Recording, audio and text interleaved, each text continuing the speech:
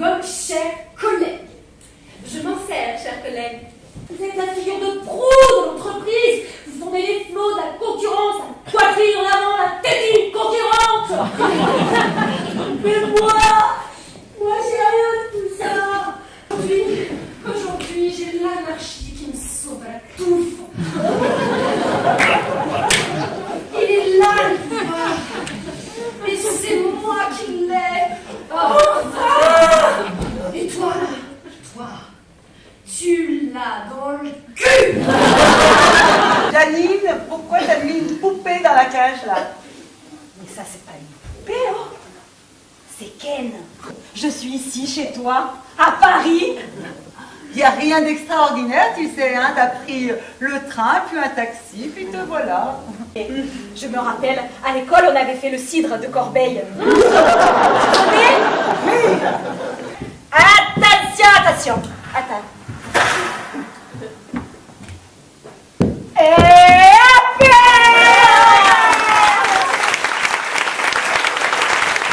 Vous avez demandé à Talia de venir ce soir. Pas pourquoi j'ai mal fait? Non, j'ai jamais dit ça, Nicole. Oh bah tu sais, on est assez nombreux, c'est pas une personne de plus qui va changer quelque chose. Ah non, mais c'est pas la question. Qui c'est cette Talia, bordel? Oh, pourquoi tu cries? Parce que personne ne me répond. C'est marrant, hein? Ça fait on dirait que Francky aussi a des petits problèmes avec les dates. Non, ça va les revenir. C'est bon. Vous parlez tous en même temps, on s'entend plus penser. C'est pas vrai. C'est pas vrai. Arrête. Mais bien sûr. Mais vous allez pas vous battre comme des voyous. C'était bien avant notre mariage, je te connaissais même pas. Tu t'es tiré cette tourte. Une fois. Juste une fois. Vous pouvez me dire s'il y a une route? C'est quoi ça? Hein, c'est quoi? C'est une fille. Mais alors, je te dis que c'est une fille. Oui, bah ça va, je vois bien. Mais merde alors. Ça va, contrôle. On a tous nos petits soucis dans la vie, hein. Moi-même là, je suis dans une situation.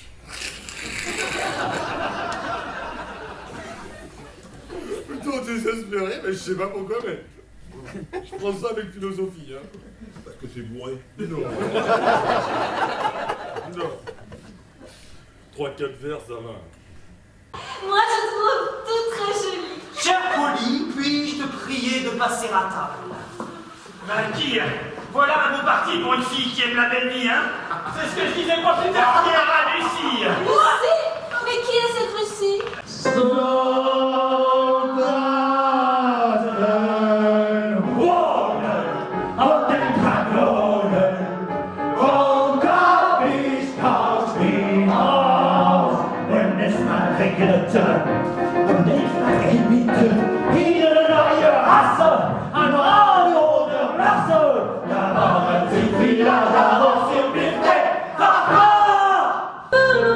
Mais qu'est-ce qu'on fait quand on est marié? Tu penses à rien?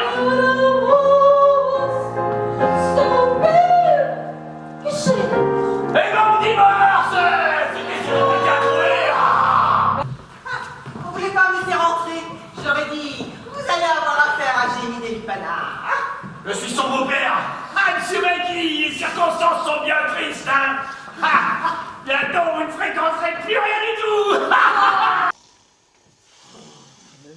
Papa! Maman! Vous ronflez? Votre fils se consume et vous vous ronflez! Vous êtes marieuse? Et opticienne et bijoutière, j'accepte aussi toutes sortes de travaux de bricolage et de rénovation. Demandez Madame Livestock. Joie et allégresse, Yaquiche touche-pisse, le marié, Poupatché, Roupatché, la mariée. On ne voit rien. Doucement, doucement, pas de précipitation. Mais c'est qui, lui? Le beau-frère. Crampon Cruditzer.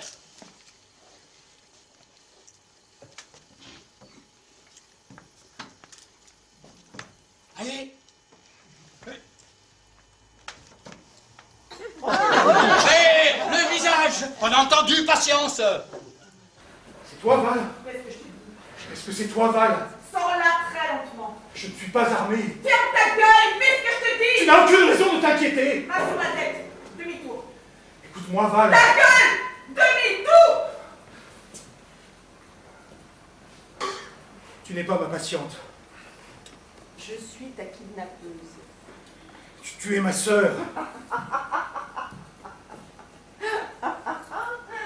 Mais parle-moi comme un frère pour voir ce que ça fait. Et de quel côté penche l'homme? L'homme se penche vers la terre. Que croyez-vous, docteur? À cet instant précis survient une explosion. Un feu est branché contre une porte d'immeuble. La brouette s'envole et le père s'écroule face contre terre. Un éclat d'obus fiché dans le rein gauche. Pourquoi suis-je venu à ce rendez-vous? En pleine nuit, dans ce lieu impossible, seul et sans armes, la veille de la nomination du nouveau gouvernement, pour devenir ministre? Peut-être que tu es fou. Non, non, non, c'était quelque chose de plus sincère, de plus poétique. C'est, comment dire, un peu difficile de mettre de la poésie dans une marche militaire. Ils ont peur. Il y en a même qui Qui dénoncent leurs voisins. Mais c'est monstrueux. Si nous pouvons faire quelque chose pour vous, nous trierons ensemble. Chaque mot, chaque information, chaque image. Mon image doit être très présente et très contrôlée. Une nouvelle ère commence. Nouvelle ère politique, mais aussi nouvelle ère de communication. C'est quand même une démocratie. Comment est-ce que des millions de gens acceptent des idées sur lesquelles il y a encore une crachette? Vous êtes une magicienne, madame. N'ouvre pas la trappe. Ne regarde pas à l'intérieur du trou noir. Trop de pourriture y gisent. Voilà ce que nous disions les uns aux autres. Ah! Sidi! Sidi! Sidi! À tout décoille! Oh, attends, tu serais pas mon père hein, pour avoir osé demander ça, je te mettrais la tête devant derrière. Ah, merveilleux, mon fils, le moindre mot de travers, ça l'arrive à montonner. Ah, viens, mon fils, viens, mon sang. Viens venger monsieur Ben Moussan. Un chacal nous a pissé dessus, ma cabèche porte encore trace de ta qui reçu. Hélas, le temps m'a transformé en vieille chiffre. Tiens, mon fils, prends mon canif. Tu me vengeras avec. Alors, c'est un couteau suisse, exprès pour découper les saucisses et trancher les plus gros cochons. Et là, tu vois, j'arrive pas. Enfin, il y a un tire-bouchon quand même. Tu vois? Crève-le! Ou fais-toi crever, tiens le choix! Mais c'est qui, dis-moi?